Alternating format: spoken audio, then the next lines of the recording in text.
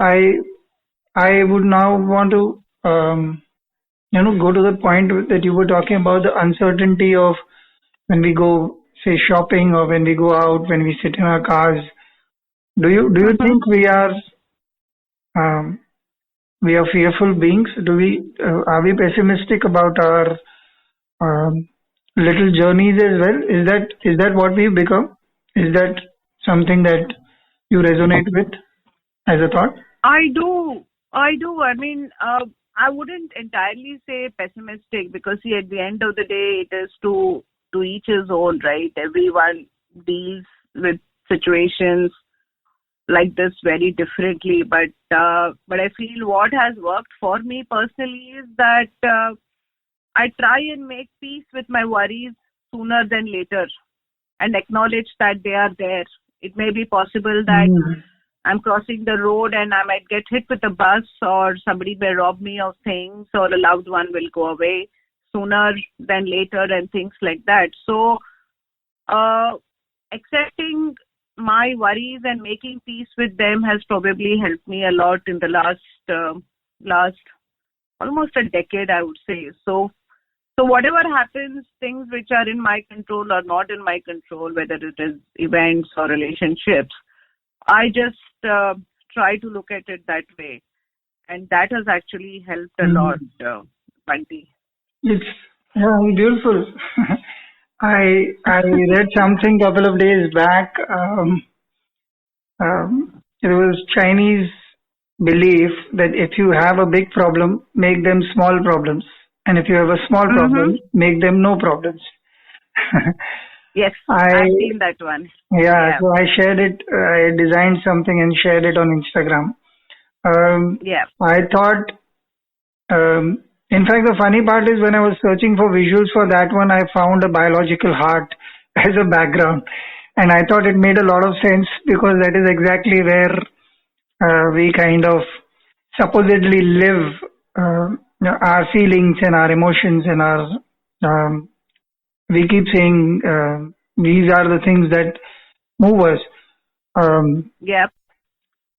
I too have kind of realized at times um, that making a peace with what you have. But tell me something: is it easy? How do you make your peace with the, say, for example, let's continue the conversation about your parents. So how do you Yeah. make your peace with that particular worry that you have? Um, that they may not be well enough, or um, this disease that is uh, spreading all over the world may also hit home closer than what you thought. How do you make your peace with it? Is there a process? Is there something Um. that you think about, or does that happen, or do you have the initial worries, or you're intellectually comfortable about the whole thing, saying, "Yeah, I know that this might happen. So what?" Is that what it is, or is there a little more process to it, or is there something?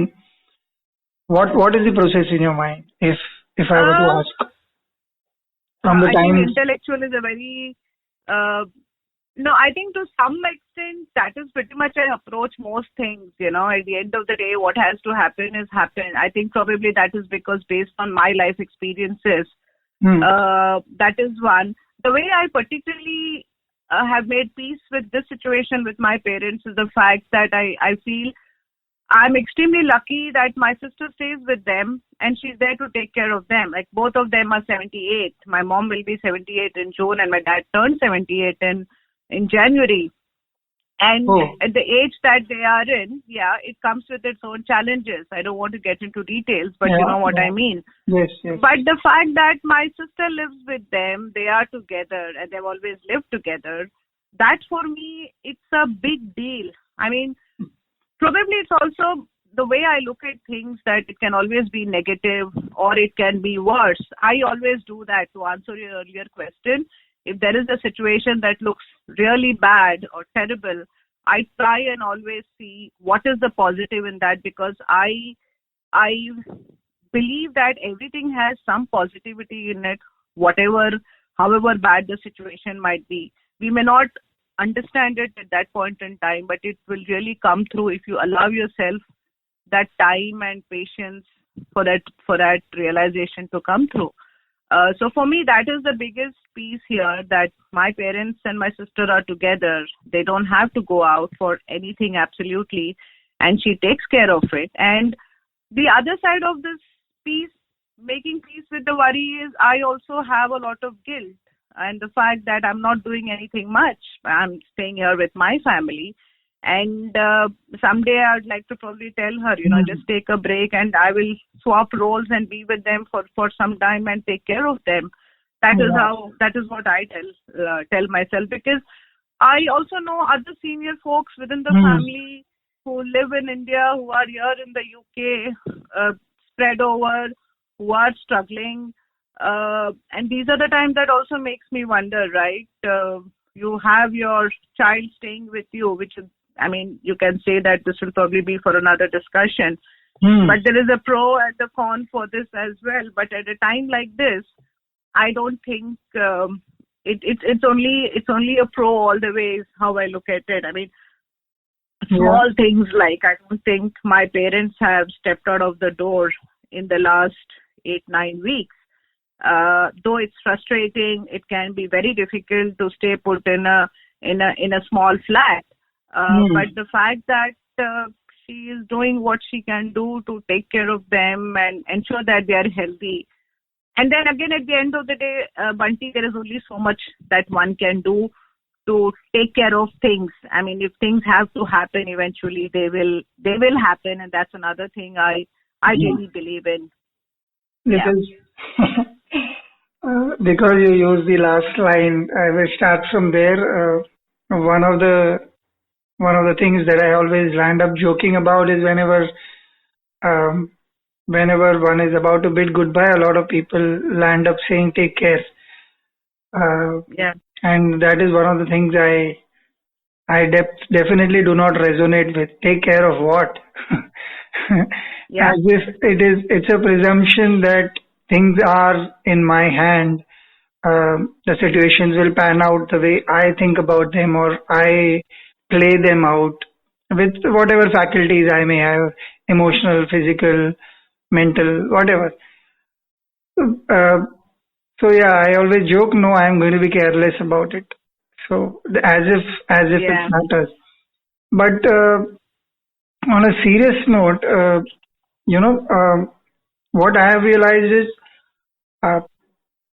you mentioned you see a positive in every negative, which is one definitely one way to look at it. I actually see the negative as positive. If it is negative, so there is a challenge to my way of being, whatever that way of being or that habit that I have about a certain thing. So I'll give you an example. In my job, I do not get to decide what kind of clients I'll get and what kind of job I'll get. My clients are event companies. My clients are from varied fields, because some of them are direct clients. So I'll have real estate clients, I'll have IT companies as clients, anyone. And their jobs also vary. At times I have engineering companies where they want me to define communication for an engineering machine, or anything that I do not have any prior experience about. So at that point, while I'm listening to them, one of the clever things that one does is sit in the meeting and make the right noises earlier as a professional, just to seem that you are in control. Don't worry, I understand your product. I am going to design your communication, or I am going to devise a way to communicate which is going to be bang on. At the same time, wondering inside about what the hell does this mean? I have no clue, and what are they talking about? But I would find that itself giving me the right questions to ask. So a lot of our conversations would start with saying why, and the client would actually look at us, and if the client says this is the best product in the market and you will not find any such any competitor doing as well as we are doing, And we would simply ask, we as in me and my design partner would ask why. And the first thing that they would do is look back at us as if we do not want the job, or we are questioning their integrity about the statement that they made. And we Yep. have to earnestly explain, why do you think so? There has to be a reason. There is something at the background. It's not just an advertising statement or a communication statement that you want to make. There is a reason in your head. Hmm. So we need to know, Yep. where do you come from when you're making a statement like that. Now, while as an artist, those questions are easy to ask, and once you come back to the drawing board with all the information that you have, you still have to take a jump and come up with a creative idea. And trust me, there is no guarantee that you can sit. There is no process that can define in the next 1 hour. You will have a creative idea. It's very very difficult, and every time you sit on the table, you have no clue of what's going to come out. But over a Hmm. period of Hmm. time, with around say 20, I have now 25 years in the business. One of the things that I have realized is, you just let go.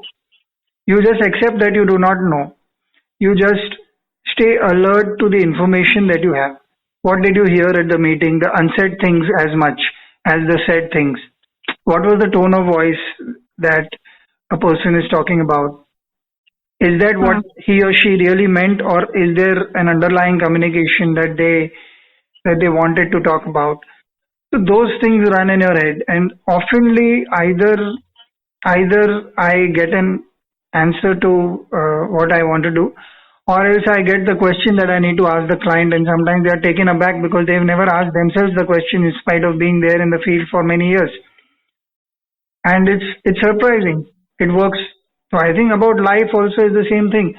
Um, because we are uncertain as of right now about the situation, we have varying reports from different countries and differing government authorities, a lot of panic, a lot of unproven cures, a lot of stories. There was this friend of mine who shared a story, and he's doing a film on the police of the city. And one of the stories that he's doing is about this guy who contracted the virus. His Mhm. entire story, from the time he realized that he is not okay, to going to the hospital, to realizing he may have passed it on to his wife, and the entire journey of uncertainty about how to break the news to his wife that in spite of taking all precautions, she could have got him because of himself. And the journey of the Mhm. 14 or 16 days that he spent in the hospital, where everybody kept telling him, "You're going to be all right, you're strong." But they kept an eye on him. Just there, keeping an eye on him, kept him on tenterhooks throughout the 14, 16 days. So this guy said, when I interviewed Mhm. him, he said, "These have to be the worst days of my life if I had to see and look back at what kind of life I've lived." I think, yeah, I think it's the problem of I don't know that the fear is. We like to know. We like to.